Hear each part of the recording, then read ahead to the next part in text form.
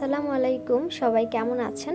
আশা করছি যে যেখান থেকে আমার এই ভিডিওটি দেখছেন আল্লাহর রহমতে সবাই ভালো আছেন এবং সুস্থ আছেন। আমরাও বেশ ভালো আছি, আলহামদুলিল্লাহ।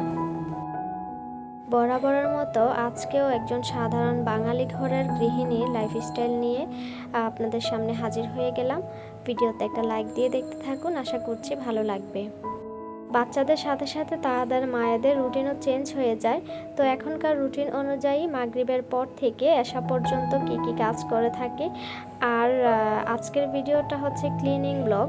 যারা এই ধরনের ভিডিও দেখতে পছন্দ করেন আশা করছি আপনাদের ভালো লাগবে। মাগরিবের নামাজ পড়ার পরে বাচ্চারা আরবি পড়তে চলে গিয়েছে আর আমি এখন কাজে লেগে পড়েছি। তো আজকে হচ্ছে পুরো ঘরটাকে একটু সুন্দর করে ক্লিন করে নিব। নর্মালি এমনি ঘরটা গুছিয়ে রাখা হয়, কিন্তু মাঝে মধ্যে হয় কি আমরা সবাই প্রতিদিন কিন্তু নানা কাজের ভিড়ে ঘরটাকে ধোয়া মোছা বা সাফ সাফাই করতে পারি না। তো আমরা ডিপ ক্লিন যাকে বলে সপ্তাহে একদিন অথবা 15 দিনে একদিন, যারা ব্যস্ত গৃহিণী আছে অনেকেই আছে মাসে একবার করে থাকে। তো আমি প্রতি সপ্তাহে একবার ঘরটাকে একটু ডিপ ক্লিন করে থাকি। কথায় আছে কামারেরা আগে তাদের যন্ত্রপাতি ধার দেয়, অর্থাৎ প্রস্তুতিমূলক কাজ আগে করে নেয়।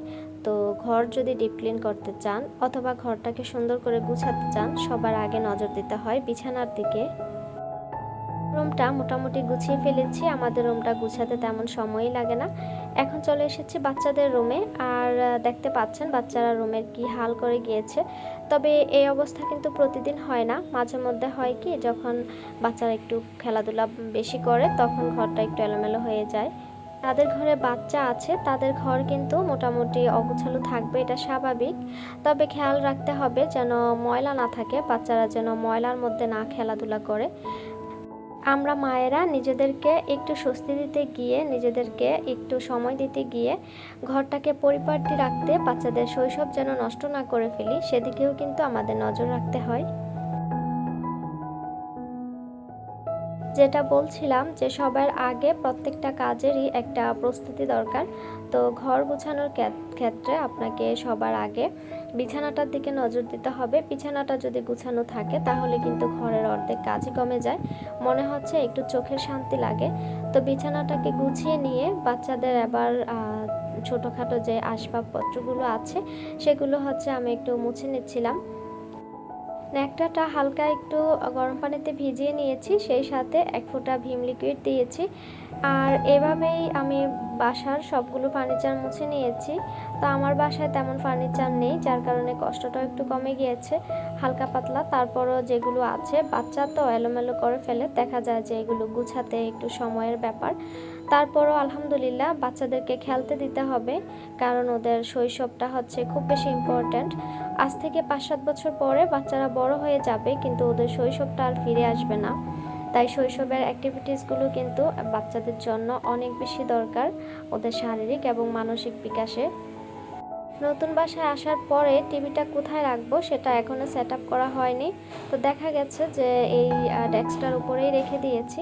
টিভির সাথে সাথে এখানে বাচ্চাদের প্রয়োজনীয় অনেক জিনিস রেখেছে, যেগুলো প্রায় প্রতিদিনই এলোমেলো হয়। এগুলো প্রতিদিন আমাকে 2বার করে গুছাতে হয়। মাঝে মধ্যে আমার মেয়েও গুছায়, আর আমার বোন তো আছে, সেও এগুলো গুছিয়ে রাখে, তারপরও এলোমেলো হয়েই থাকে।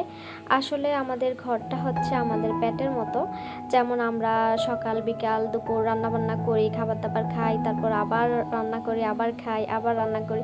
আমরা কিন্তু চাইলেই একবার রান্না করে অনেক দিন পর্যন্ত খেতে পারবো না, অথবা একবার খেয়ে নিয়ে 3-4 দিনের জন্য একেবারে কিন্তু খেয়ে নিতে পারবো না। আমাদের ঘরটাও কিন্তু এরকম, আমাদেরকে গুছাতে হবে, আবার এলোমেলো হবে, ময়লা হবে, আবার গুছাবো। এটা একটা চলমান প্রক্রিয়া। যতদিন আপনি শারীরিক কায়িক পরিশ্রম করে ঘরটাকে সাজিয়ে গুছিয়ে রাখবেন ততদিন দেখবেন চোখের শান্তি মিলবে। যখন একটু আড়াল হয়ে যাবেন বা নিজেকে একটু গুটিয়ে নেবেন এই সমস্ত কাজ থেকে, তখন দেখবেন অলসতা আর অসুখ চারপাশ থেকে আপনাকে ঘিরে ধরেছে। শত চেষ্টা করলেও তখন আর সুখী হওয়া যায় না। আমরা গৃহিণীরা এই সমস্ত কাজের মধ্যেই নিজেদের ভালো লাগাকে খুঁজে নেই। যেখানে আমাদের অনেকটা সময় কাটে সেই জায়গাগুলো যদি একটু সুন্দর হয়, পরিপাটি হয়, গুছানো হয়, তাহলে কিন্তু আমাদের চোখে যেমন প্রশান্তি মিলে, মনেও কিন্তু শান্তি আসে। আপনারা যদি আমার ভিডিওতে লাইক কমেন্ট করেন তাহলে আমিও অনেক শান্তি পাই। যদি ভিডিও কোনো অংশ ভালো লেগে যায় তাহলে প্লিজ একটা লাইক দিতে ভুলবেন না। আপনার সুন্দর হাতের ছোট্ট একটা লাইক আমার এই ভিডিওটাকে আরও অনেকের কাছে পৌঁছে দিতে সাহায্য করবে।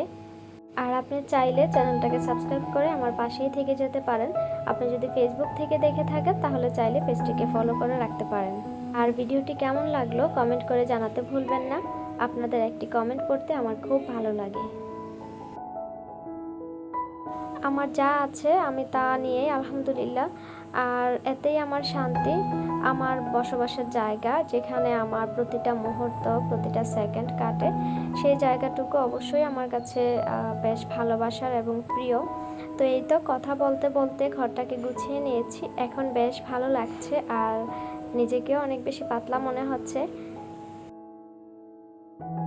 ঘর গোছানোর পরে কয়েকবার করে ঘরটাকে ঘুরে ঘুরে দেখি, তাকিয়ে থাকি। আমার কাছে তো বেশ ভালো লাগে। আপনার বেলায়ও কি এরকম অনুভূতি হয় কিনা সেটা কমেন্ট করে চাইলে জানাতে পারেন। আমাদের রুম এবং বাচ্চাদের রুম গুছিয়ে ফেলেছি। এবার এসেছি একটু ড্রয়িং রুমে। আর এখানে হচ্ছে সোফাগুলোকে খুব ভালো করে মুছে নিচ্ছি, যেহেতু আমি প্রতি সপ্তাহে একবার মুছি, তাই খুব চেষ্টা করি খুব ভালো করে মুছে নেওয়ার জন্য। আমার বাসায় প্রচুর পরিমাণে ধুলাবালি আসে, সেই সাথে ধুলাবালি বলতে এখানে এমন একটা স্তর পড়ে যায় যে মুছে না রাখলে এগুলো পার্মানেন্টলি দাগ বসে যায়। তো চেষ্টা করি মুছে রাখার জন্য, তারপরও বাচ্চাদের ঘর সবসময় দেখা যায় যে করা হয় না। এগুলোর উপরে আমি তাওয়াল বিছিয়ে দিয়েছি। আমার বাসায় ছিল অনেক আগের দুটা তাওয়াল, এগুলো কোনো কাজে আসছিল না, তাই সোফার উপরে দিয়েছি। আপাতত দেখা যাবে যেহেতু ঘরে বাচ্চা আছে, নষ্ট করে ফেলবে, তো এগুলোতে যদি দাগ টাগ পড়ে তাও কোনো সমস্যা নাই, কয়েকদিন পর পর ধুয়ে নিলেই হয়ে যাবে। আর বড় যেই সোফাটা 3 সেটের, সেটার উপরে আমি একটা বেডশিট বিছিয়ে দিয়েছি।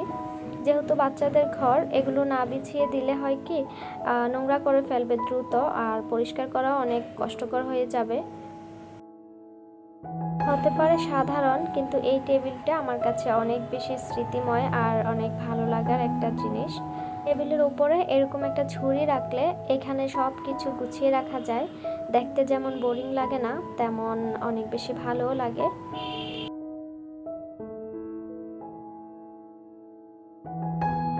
ড্রয়িং রুমটা মোটামুটি গুছানো হয়ে গিয়েছে, তবে খুব অল্প সময়ে অনেকগুলো কাজ সেরে ফেলেছি, যেহেতু বাসায় কেউ নাই, ইভেন বাচ্চারাও নাই। যদি বাচ্চারা থাকতো তাহলে দেখা যেত যে 10 মিনিটের কাজ সেখানে আমার আধ ঘন্টার মতো হয়ে লেগে যাচ্ছিলাম। মাঝে মধ্যে পানিও খাচ্ছিলাম, কারণ এই গরমে যখন মোছামুছির কাজ করা হয় তখন তো ফ্যান বন্ধ থাকে, মনে হয় যে গরমে দম বন্ধ হয়ে আসে। তো পানি খাচ্ছিলাম, সেই সাথে মনে পড়ে গেল যে রাতের খাবারের ব্যবস্থাও করতে হবে। সন্ধ্যা নাস্তা খাওয়ার পরে যেগুলো জমেছিল সেগুলো আমি ক্লিন করে নিচ্ছিলাম।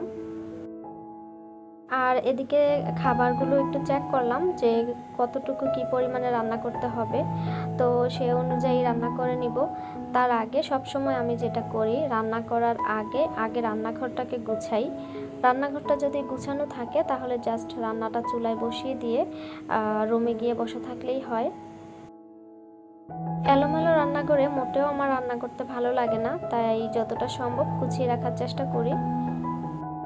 আমি সাধারণত যেদিন ঘরটা গুছাই সেদিন রান্নাঘরের অত বেশি কাজ করি না, তবে আজকে কেন যেন মনে হলো একসাথে সব কাজগুলো সেরে ফেলি, তাই রান্নাঘরে যেই মশলাপাতির বয়ামগুলো ছিল মোটামুটি করে গুছিয়ে নেওয়ার চেষ্টা করেছি। আর এখন নাস্তা খাওয়ার পরে অবশিষ্ট যেই প্লেট বাসন কিছু জমা হয়েছিল এগুলো ক্লিন করে রাখলাম, এতে করে বেসিন এরিয়াটা ক্লিয়ার হয়ে যাবে আর এখানে কাজ করতে আমার অনেক সুবিধা হবে। একবার ভেবেছিলাম যে কাজ যেহেতু অনেকগুলো করে ফেলেছি একটু রেস্ট নেই, আবার চিন্তা করলাম যে রেস্ট নেওয়ার পরে তো আবার সেই কাজেই আসতে হবে, তাহলে একসাথে কাজটা সেরেই ফেলি। তো এদিকে ভাতটা বসিয়ে দিয়েছি চুলায়, আর বাদবাকি যে কাজগুলো আছে মোটামুটি সবগুলো সেরে নিচ্ছি এক এক করে। আমার কাজ শেষ। যে মুহূর্তে আমি নামাজের জন্য প্রস্তুতি নিচ্ছি, ঠিক সেই মুহূর্তে ওরা চলে এসেছে, অর্থাৎ তখন এশারার অনেক পর হয়ে গিয়েছে। তো ওরা এসেছে, আমার নামাজের প্রস্তুতিও চলছে। আশা করছি ভিডিওটি আপনার কাছে ভালো লেগেছে। যদি ভালো লেগে যায় তাহলে প্লিজ একটা লাইক দিতে ভুলবেন না। চাইলে চ্যানেলটিকে সাবস্ক্রাইব করে আমার পাশেই থেকে যেতে পারেন। আপনি যদি ফেসবুক থেকে দেখে থাকেন তাহলে চাইলে চ্যানেলটা ফলো দিয়ে রাখতে পারেন। আর অবশ্যই লাইক, কমেন্ট, শেয়ার করতে ভুলবেন না। ভিডিওটা কেমন লেগেছে এটা আমাকে কমেন্ট করে জানাবেন, আমার বেশ ভালো লাগবে। সবাই ভালো থাকবেন, সুস্থ থাকবেন। আল্লাহ হাফেজ, আসসালাম।